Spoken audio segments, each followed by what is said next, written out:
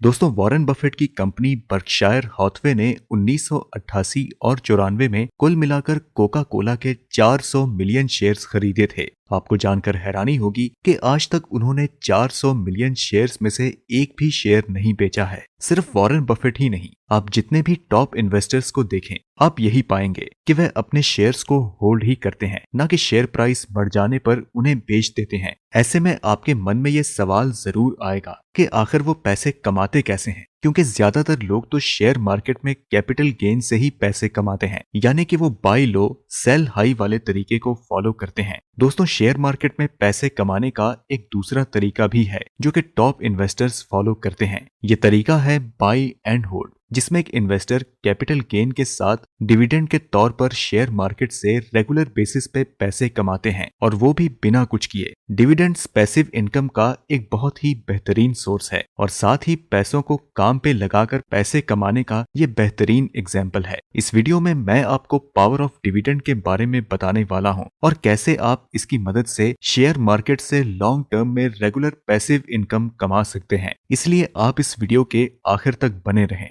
सबसे पहले हम जानते हैं कि डिविडेंड्स होते क्या हैं और कंपनी डिविडेंड देती ही क्यों है। दोस्तों, जब भी कोई कंपनी प्रॉफिट कमाती है तो उनके पास दो ऑप्शंस होते हैं। पहला ये कि वो पूरे प्रॉफिट को कंपनी की ग्रोथ और एक्सपेंशन के लिए री इन्वेस्ट करते हैं, या फिर दूसरा ये कि वो प्रॉफिट के कुछ हिस्से को री इन्वेस्ट करके और बाकी के हिस्से को अपने शेयर होल्डर्स के बीच उनके नंबर ऑफ शेयर होल्डिंग के हिसाब से बांटते हैं। इस शेयर्ड प्रॉफिट को ही डिविडेंड कहा जाता है। जब भी आप किसी कंपनी में इन्वेस्ट करते हैं तो उसकी ओनरशिप का बहुत ही छोटा सा पार्ट आपको मिलता है। इसीलिए अगर वो कंपनी प्रॉफिट कमाती है तो उस प्रॉफिट पे आपका भी हक होता है, और यही प्रॉफिट का पार्ट आपको डिविडेंड के तौर पर दिया जाता है। कोका कोला के सीईओ की सैलरी $18 मिलियन है, लेकिन इसके लिए उन्हें काफी काम करना पड़ता है। लेकिन वहीं वॉरेन बफेट कोका कोला के लिए कोई काम नहीं करते, लेकिन फिर भी वह कोका कोला के शेयर्स होल्ड करके साल में $600 मिलियन से भी ज्यादा का डिविडेंड इनकम कमाते हैं।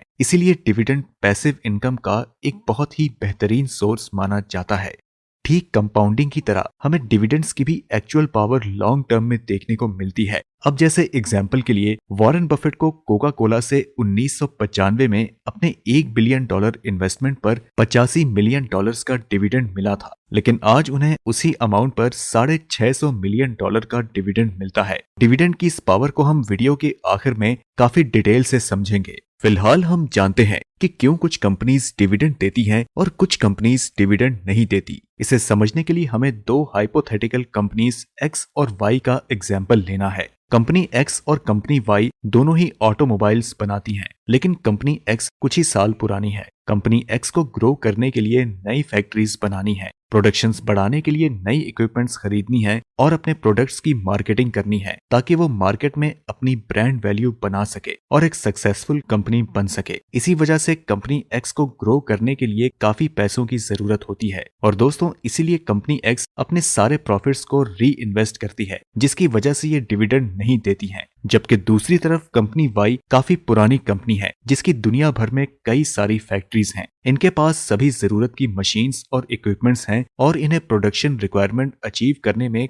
कभी कोई प्रॉब्लम नहीं होती। साथ ही इनकी मार्केट में अच्छी ब्रांडिंग है और ये काफी पॉपुलर कंपनी है। इसलिए जब भी इन्हें प्रॉफिट होता है तो इनके पास पैसे री इन्वेस्ट करने के लिए ज्यादा कुछ होता नहीं है। इसी वजह से ये कंपनीज अपने प्रॉफिट को अपने शेयर होल्डर्स के बीच बांट देती है। एक कंपनी जब चाहे डिविडेंड देना शुरू कर सकती है और जब चाहे डिविडेंड देना बंद भी कर सकती है। ये पूरी तरह उस कंपनी के और उस कंपनी के बोर्ड ऑफ डायरेक्टर्स के फैसले पर डिपेंड करता है। अगर आप डिविडेंड इनकम कमाना चाहते हैं तो हमेशा ऐसी कंपनी में इन्वेस्ट करें जो कि कई सालों से रेगुलर डिविडेंड देती आ रही हैं और जिनके फंडामेंटल्स अच्छे हों। साथ ही आपको उनके डिविडेंड पे आउट रेशियो को भी जरूर चेक करना चाहिए। डिविडेंड पे आउट रेशियो ये बताता है कि कोई कंपनी अपने प्रॉफिट का कितना परसेंट डिविडेंड देने के लिए खर्च करती है। जैसे कि अगर किसी कंपनी के लिए डिविडेंड पे आउट रेशियो 60% है तो इसका ये मतलब है कि अगर उस कंपनी को 100 रुपए का प्रॉफिट होता है तो वह कंपनी 40 रुपए ग्रोथ पर री इन्वेस्ट करेगी और 60 रुपए डिविडेंड्स के लिए देगी। आपको हमेशा ऐसे ही डिविडेंड पेइंग स्टॉक में इन्वेस्ट करने चाहिए जिसका डिविडेंड पे आउट रेशियो 50 से कम हो। और अगर किसी कंपनी का डिविडेंड पे आउट रेशियो बहुत ज्यादा है तो ये दर्शाता है कि उस कंपनी का ग्रोथ स्कोप काफी कम है और वो कंपनी अब काफी स्टेबल हो चुकी है। दोस्तों अब हम जानते हैं कि डिविडेंड इनकम कैसे कैलकुलेट होता है। डिविडेंड इनकम कैलकुलेट करने के लिए हमें पहले डिविडेंड यील्ड के बारे में जानना होगा। ये एक फाइनेंशियल रेशियो है जो कि हमें बताता है कि कोई कंपनी आपको पर रुपी इन्वेस्टमेंट पर कितने % का डिविडेंड देती है। जैसे कि अगर किसी स्टॉक का डिविडेंड यील्ड 5% है तो इसका मतलब है कि वो कंपनी 1000 रुपए के इन्वेस्टमेंट पर आपको 1 साल में 50 रुपए का डिविडेंड देगी। इंडिया में आप फ्रैक्शंस में शेयर नहीं खरीद सकते हैं,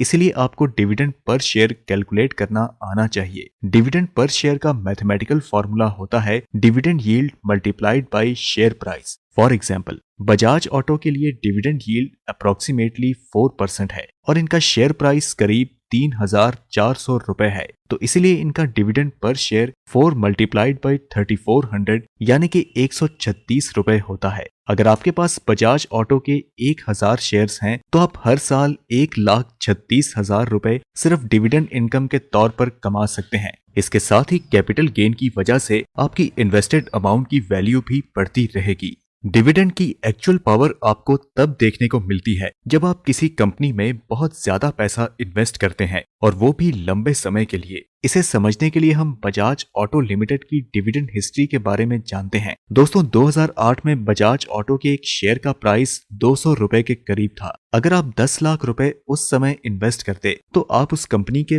5000 शेयर्स खरीद पाते। 2008 में बजाज ऑटो एक शेयर पर 20 रुपए का डिविडेंड देता था, यानी कि इनका डिविडेंड यील्ड 10% था। क्योंकि आपके पास बजाज ऑटो के 5000 शेयर्स थे, इसलिए आपको 2008 में 1 लाख रुपए का डिविडेंड मिलता। आज 2021 में बजाज ऑटो के एक शेयर का प्राइस 3400 रुपए के करीब है, लेकिन इसका डिविडेंड यील्ड सिर्फ 4% है। अगर आप कैलकुलेट करें तो डिविडेंड पर शेयर करीब 136 रुपए निकल कर आता है, क्योंकि आपने बजाज ऑटो के 5000 शेयर्स होल्ड करके रखे हैं। इसलिए आपको 2021 में 6,80,000 रुपए सिर्फ डिविडेंड इनकम के तौर पर मिलते। इसके अलावा आपका 10 लाख रुपए का इन्वेस्टमेंट अब ग्रो होकर 1,70,00,000 रुपए का हो चुका होता। पैसिव इनकम का इससे बेहतर एग्जाम्पल आपको शायद ही कहीं और देखने को मिलेगा। दोस्तों रियल लाइफ में ऐसे हजारों इन्वेस्टर्स हैं जो कि डिविडेंड के इन बेनिफिट्स को एंजॉय कर रहे हैं। वो शेयर मार्केट में एक्टिव रहें या ना रहें, उन्हें डिविडेंड इनकम के तौर पर लाखों रुपए मिलते हैं। और यही कारण है कि top investors dividend paying stock में इन्वेस्ट करते हैं और अपने शेयर्स को होल्ड करके रखते हैं। वो उन शेयर्स को तभी बेचते हैं जब वो कंपनी नॉन प्रॉफिटेबल हो जाती है।